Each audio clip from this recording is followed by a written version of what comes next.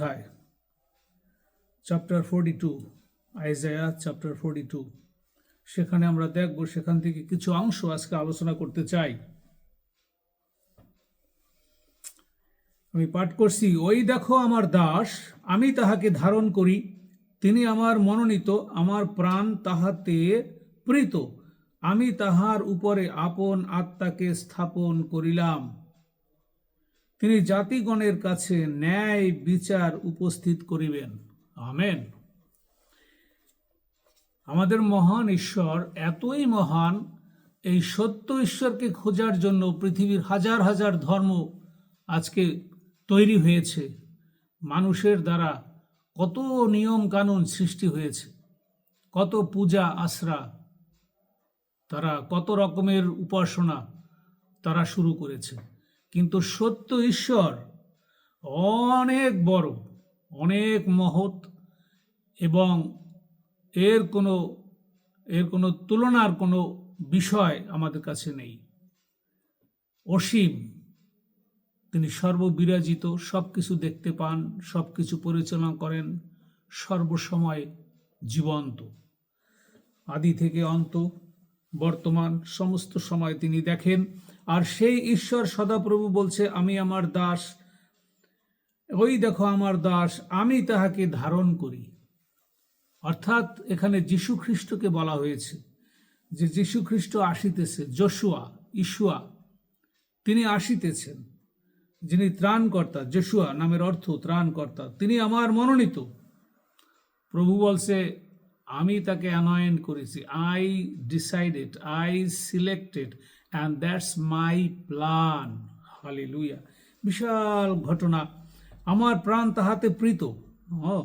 God also will be satisfied, মানে যে plan করেছে তাতে তিনি প্রীত। আমি তাহার উপরে আপন আত্মাকে স্থাপন করিলাম। তার মানে কি?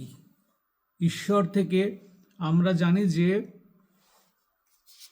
মানে এইখানে যদি আমরা এইটুকুনি ব্যাখ্যা করি, দেখেন কি সুন্দর। 40, এই যিশাইয়ের যদি 40 পদে চলে যায়, 10 পদ, দেখো প্রভু সদাপ্রভু পরাক্রমে আসিতেছেন, তাহার বাহু তাহার জন্য কর্তৃত্ব করে। তাহার বাহু মানে কি? এই যে ঈশ্বরের আত্মা যিশুর উপরে স্থাপন, মানে যে ট্রিনিটি, ঈশ্বর থেকে ঈশ্বর বেরিয়ে এসেছে, তাই বলতেছে আমার বাহু, সেটাকে বাহু হিসেবে বলা হয়েছে। আমার বাহু তাহার জন্য কর্তৃত্ব করে, দেখো তাহার সঙ্গে তাহার দাতব্য বেতন আছে। আমেন। তাহার অগ্রে তাহার দাতব্য পুরস্কার আছে। আমেন।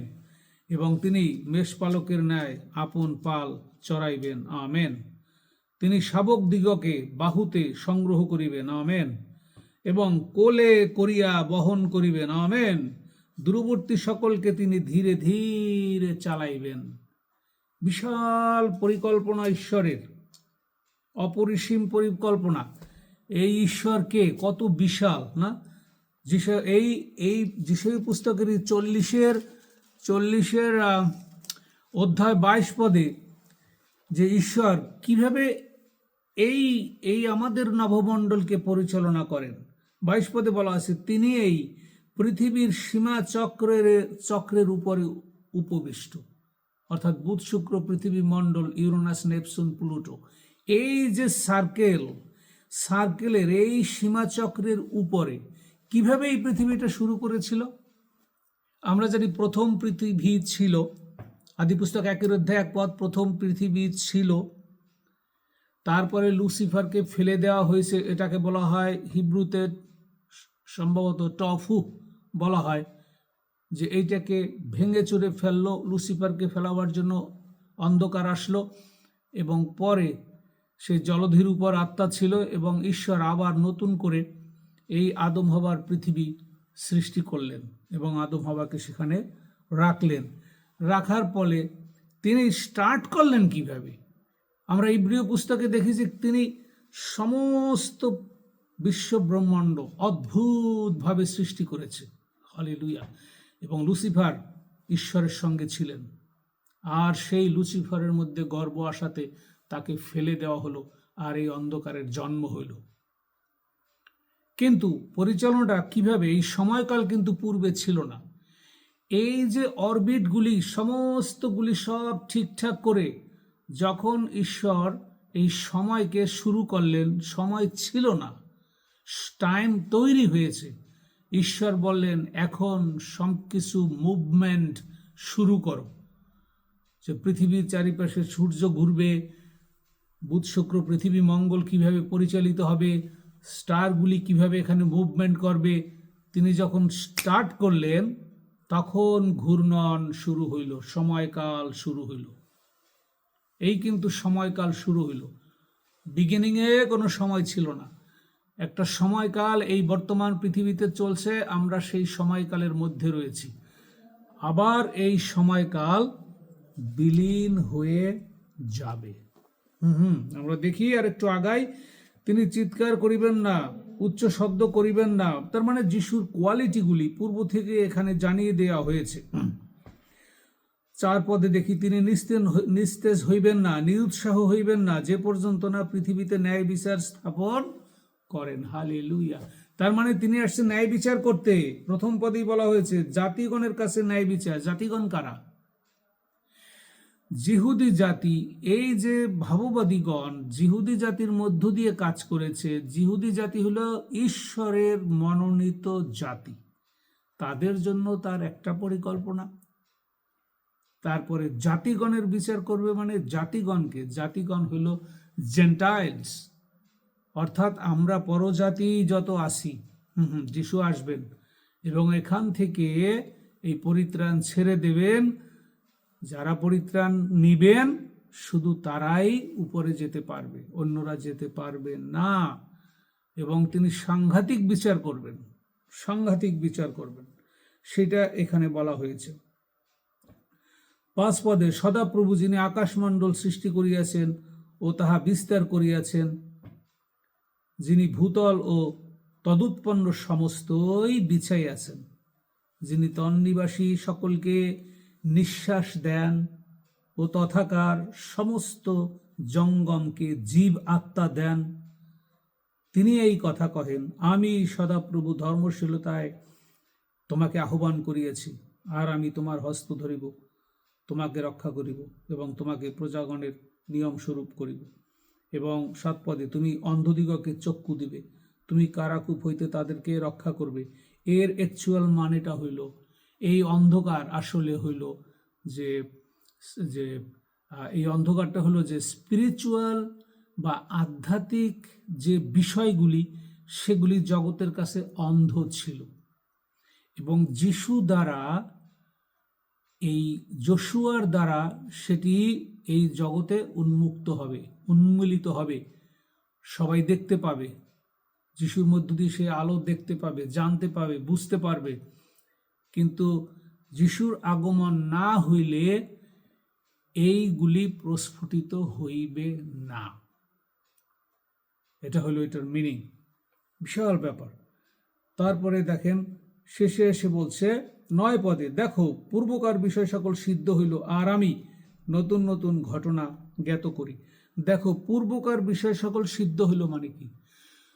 এতদিনে যে পরিকল্পনা ছিল পুরাতন থেকে, আদম হওয়া থেকে, সেগুলি বাস্তবায়িত হবে এবং হয়ে গেছে। কিন্তু নতুন যেটা আসতেছে, যে যিশু যে আধ্যাত্মিক জগৎ উন্মিলন করবেন, দেখতে দিবেন, সেটি এখনো আসে নাই, সেটি আসবে। এবং পূর্ব থেকেই বলা হয়েছে যে আর আমি নূতন নূতন ঘটনা জ্ঞাত করি, অঙ্কুরিত হইবার পূর্বে তোমাদিগকে তাহা জানাই। হালেলুয়া। মানে যিশুর পরিকল্পনাটা বা ঈশ্বরের পরিকল্পনা, যে ঈশ্বরের বাহুই হইল যীশু খ্রিস্ট, এবং ঈশ্বর আত্মাই যিশুকে অভিষিক্ত করেছে, আবার তার উপরে তিনি তার আত্মাকে স্থাপন করেছেন। তার মানে একের ভিতরে 3, আবার 3-এর মধ্যে 1, পিতা পুত্র পবিত্র আত্মা। ঈশ্বর আত্মা, যিশু পুত্র আত্মা, তার মানে বাক্য মাংসে মূর্তিমান হইলেন, এবং পবিত্র আত্মা যিনি সারা বিশ্বকে এখন পরিচালনা দিচ্ছে। তিনে মিলে এক ঈশ্বর এলোহিম, এক বচনে এলোহিম, বহু বচনেও এলোহিম ঈশ্বর, আদিতে ঈশ্বর এলোহিম। তো তার যে এই যে বিশাল পরিকল্পনা, কে বুঝবে এগুলি? কোন মানুষ সেগুলি বুঝবে? প্রত্যেকটি মানুষ অন্ধ, এবং যিশুকে ধারণ না করলে তার ভিতরে সে আধ্যাত্মিক দৃষ্টি কোনোভাবেই খুলবে না, খোলার কোনো সুযোগ নাই।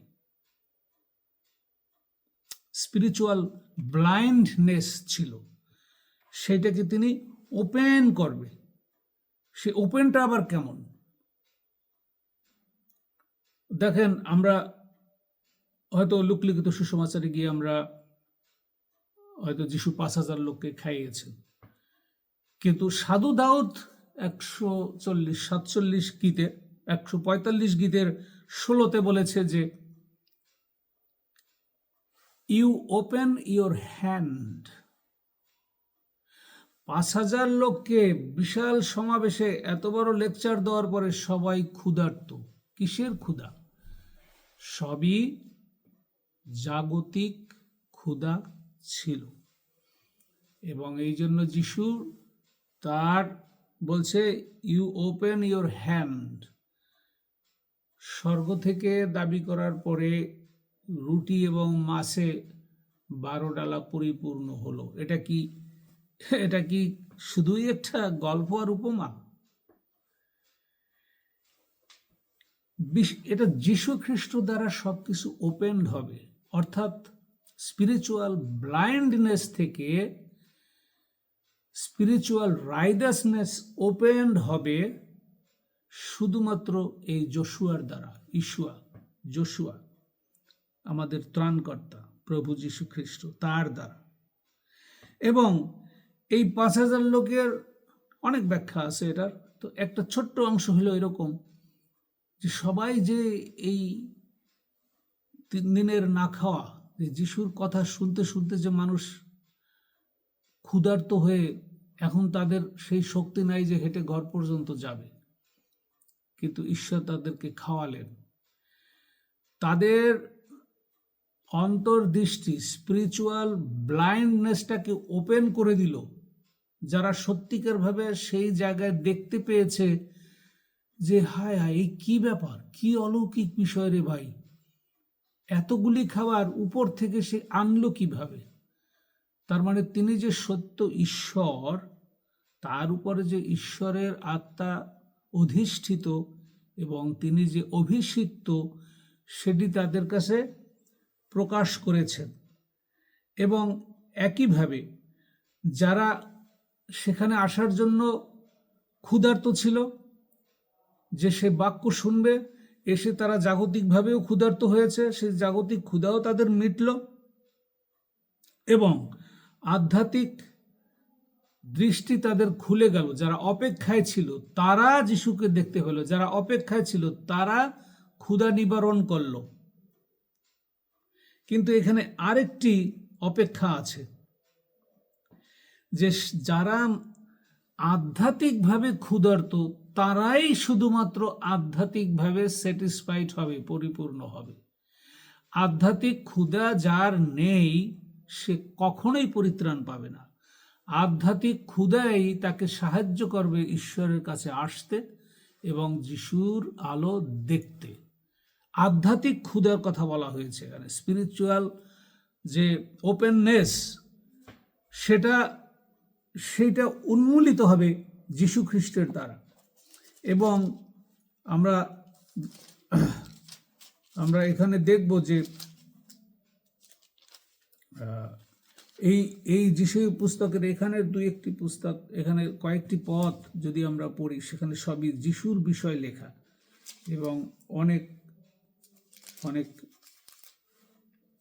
বড় করে লেখা। যদি 40-এ যাই, যদি 40-এ আমরা যদি যাই, দেখেন অপেক্ষাটা কীরকম। 40-এর যদি আমরা 31 পদে যাই, হ্যাঁ 40-এর আমরা 10-এ বলেছি যে সদাপ্রভু পরাক্রমে আসিতেছেন এবং তাহার বাহু তাহার কর্তৃত্ব করে। তার মানে ঈশ্বরের কাজগুলি সম্পন্ন করবে যীশু খ্রিস্ট দ্বারা, এবং তারা উভয়ই সীমাচক্রের উপরে অবস্থান করে। আমরা যেমন ঘড়ির বাহিরে বসে ঘড়িটাকে পরিচালনা করি, ঘড়ির সমস্ত কাঁটা সব কিছু ঠিক করে ব্যাটারি দিয়ে যখন ওপেন করা হয় তখন সময় স্টার্ট হয়। ঠিক এই বর্তমান পৃথিবীর, বর্তমান সময়কালের পৃথিবী, এটা হলো সময়কালের পৃথিবী, এই সময়টা থাকবে না। এই সময়কালের পৃথিবী ঈশ্বর এক সময় স্টার্ট করেছে, আবার এক সময় স্টপ করে দিবে। এটা থাকবে না, ডেফিনেটলি থাকবে না, একদম না। তিনি উপর থেকে এগুলি সব কন্ট্রোল করতেছে। এবং দেখেন পরে কি আছে, 40-23 পদে বলা আছে, তিনি ভূপতি দিগকে লুপ্ত করেন, পৃথিবীর বিচারকর্তা দিগকে অসার বস্তু তুল্য করেন। দেখেন সারা পৃথিবীতে যত বিচারক আছে এগুলো সব অসার বস্তু অলরেডি হচ্ছে, মূল্যহীন হয়ে যাচ্ছে, এগুলি কাজে লাগতেছে না।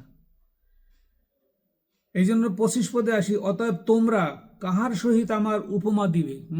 আমি যে মহান ঈশ্বর, আমার সঙ্গে তুলনা দেওয়ার এই পৃথিবীতে কিছুই তোমরা পাবে না।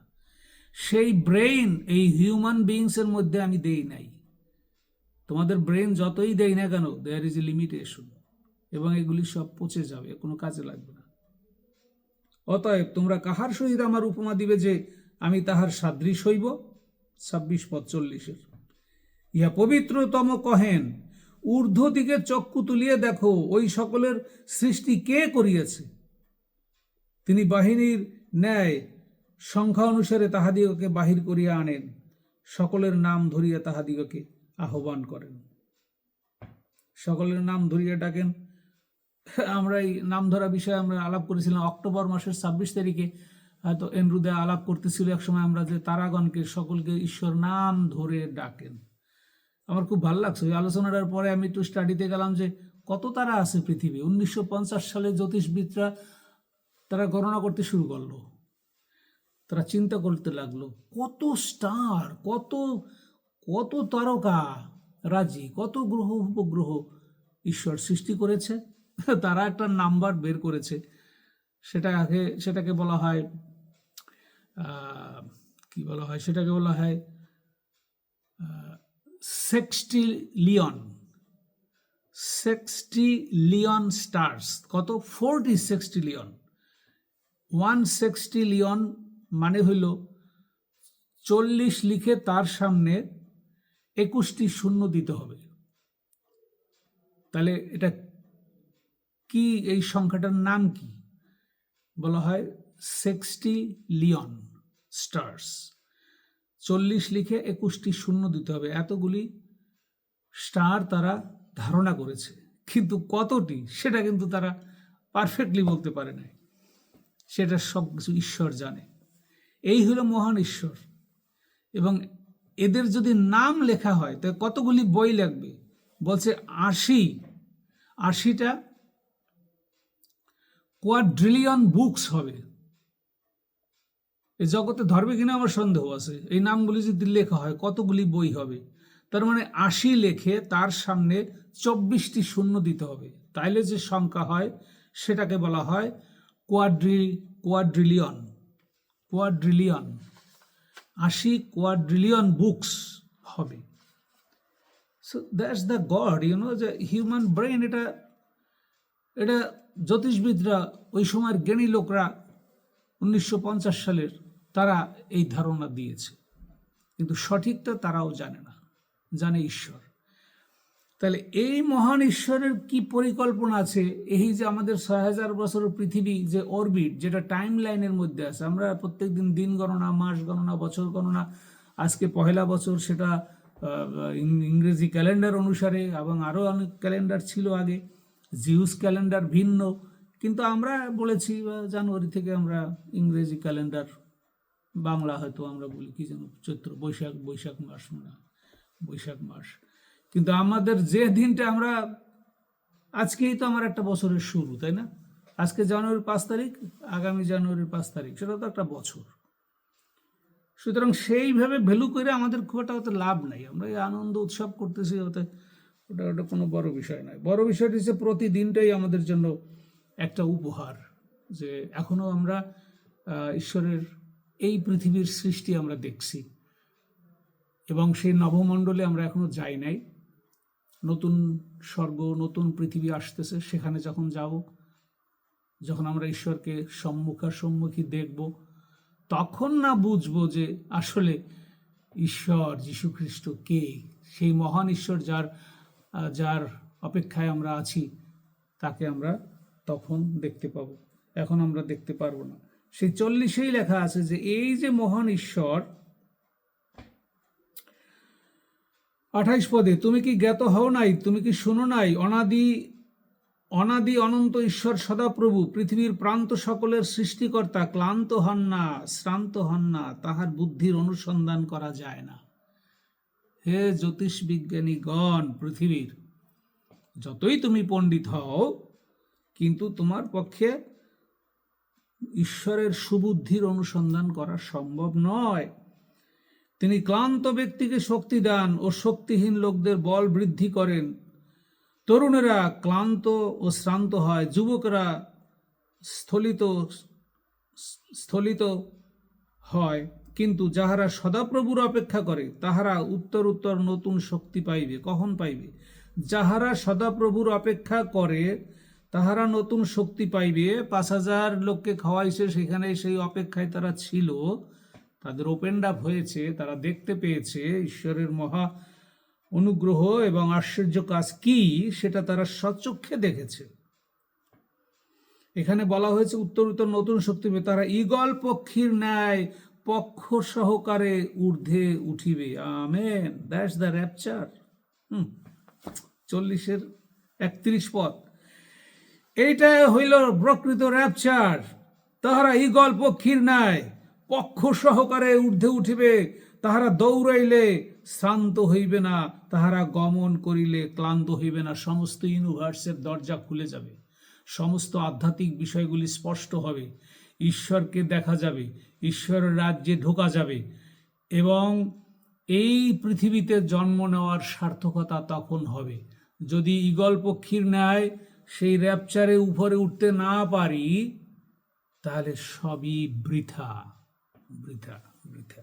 যত জাগতিক জ্ঞান, বুদ্ধি, পাণ্ডিত্য, এর কোনো মূল্য এই নাই। এগুলি শুধু আমাদের ছোট্ট ছোট্ট গর্ব, অহংকার, হিংসা, এর মধ্যে সীমাবদ্ধ। এগুলি সব বিলীন হয়ে যাবে, সম্পূর্ণরূপে বিলীন হয়ে যাবে। সুতরাং বন্ধুগণ, আমি এটাই বলতে চাই যে এখন যাহা নূতন, সেটা এক সময় আর আমরা 42-9 পদটা যাই। ওই দেখো, পূর্বকার বিষয় সকল সিদ্ধ হইল, অর্থাৎ পূর্বের বিষয় সিদ্ধ হয়েছে, বর্তমান নতুন যে বিষয় আসতেছে সেটা আমাদের কাছে দেওয়া হয়েছে। যিশু প্রথমবারের মতন এসেছিলেন, দ্বিতীয়বার তিনি আবার র্যাপচারে আসবেন এবং শেষবারের মতন পৃথিবীর পুনঃস্থাপন এবং নতুন এবং প্রকাশিত বাক্যের যে শত্রু, যে বিচার করতে আসবেন, তিনি বিচার করতে আসবেন। এবং দেখেন 42-17 লেখা আছে, যাহারা খোদিত প্রতিমার উপরে নির্ভর করে, যাহারা ছাঁচে ঢালা প্রতিমাকে বলে তোমরা আমাদের দেবতা, তাহাদিগকে ফিরাইয়া দেওয়া যাইবে, তাহারা নিতান্ত লজ্জিত হইবে, সেইমড। এবং যখন একবার গিয়ে পতিত হবে, নরকে পড়বে, তখন ওই ধনী ব্যক্তির মতন তারা দেখতে পারবে সেই ঈশ্বরের, এমনভাবে সাজাবে ঈশ্বর যে নরক থেকে দেখা যাবে যে স্বর্গীয় সুখ কি, এবং আমরা কোথায় অনন্তকাল নরকে পড়ে আছি। আর কোনো সুযোগ থাকবে না। স্বর্গদূতদের যেমন ক্ষমা চাওয়ার কোনো সুযোগ নাই, যারা পতিত হয়েছ তাদের জন্য ওই নরক তৈরি করা হয়েছে। তারা কোনোভাবে আর ক্ষমা পাইল না। লুসিফারের সঙ্গে যারা গেছে তারা আর ক্ষমা পাইল না। কিন্তু মানব জাতির বিশাল সুযোগ, এই পরজাতি, তোমার জন্য পরিত্রাণ ঢেলে দেওয়া হয়েছে। এই 2000 বছর প্রায় শেষ হয়ে যাচ্ছে, সময় অতি অল্প। মারানাথা, হি ইজ কামিং সুন। সুতরাং আমাদের জাগতিক এই অলিকতা, এগুলো 2 দিন পরে ছাই হয়ে যাবে, ভস্ম হয়ে যাবে, এবং যারা র্যাপচারে যেতে না পারবে তাদের সমস্ত জাগতিক চিন্তা একদম পোড়াইয়া ছাই বানাইয়া গোলাইয়া ঈশ্বর নরকের মধ্যে ঢুকাবে। ঈশ্বরের বিষয়গুলি বোঝার চেষ্টা করি। প্রভুকে ধন্যবাদ। যারা বুঝতে পারছে তাদের জন্য আমরা সেই আনন্দ করি যে ঈশ্বর সেই প্রজ্ঞা দিয়েছে, তারা সেই স্পিরিচুয়াল হাংরিনেস তাদের ভিতরে আছে, যাদের ভিতরে এই ক্ষুধা আছে, হ্যাঁ প্রভু জানতে চাই, যাইতে চাই, দেখতে চাই, বুঝতে চাই, শুনতে চাই, স্পর্শ করতে চাই। I am waiting for you, I am waiting for you. সেই দেখতে পাবে, সেই বুঝতে পারবে, তারই জন্ম সার্থক হবে। যা ঈগল পক্ষীর ন্যায় এই সমস্ত নশ্বর পৃথিবী থেকে যিশু আগেই তুলে নেবে, তারপরে এটাকে পুড়িয়ে একদম নিশ্চিহ্ন করে দেবে। এবং প্রথম বিষয় সিদ্ধ হইল, দ্বিতীয় পরিকল্পনাও সিদ্ধ হবে এভাবে। এবং প্রথম বিষয় কারো স্মরণে নাই, এই বিষয়গুলিও কারো স্মরণে থাকবে না। Sorry, nobody can remember it. Past, it will be past. Finish. A new world is coming. যেটা যিশু বলছে আমি স্থান প্রস্তুত করতেছি, সেটা এত সহজ ভাষা নয়।